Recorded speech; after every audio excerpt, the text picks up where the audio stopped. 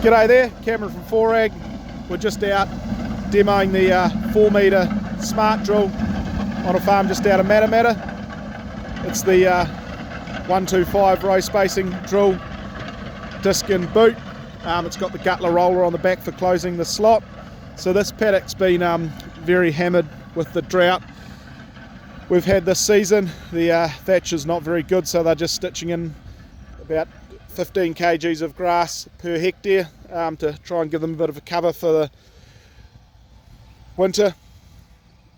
It's been run on a 724, which is a bit of an overkill for a tractor this size.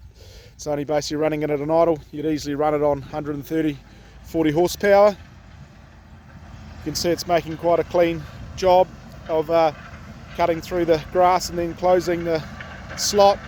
He's drilling there at about 9-10 k's.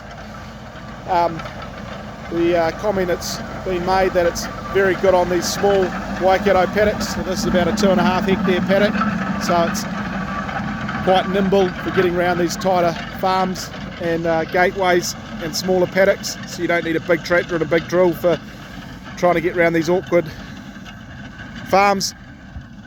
If you're interested in this drill, please get in touch with the team from 4Ag.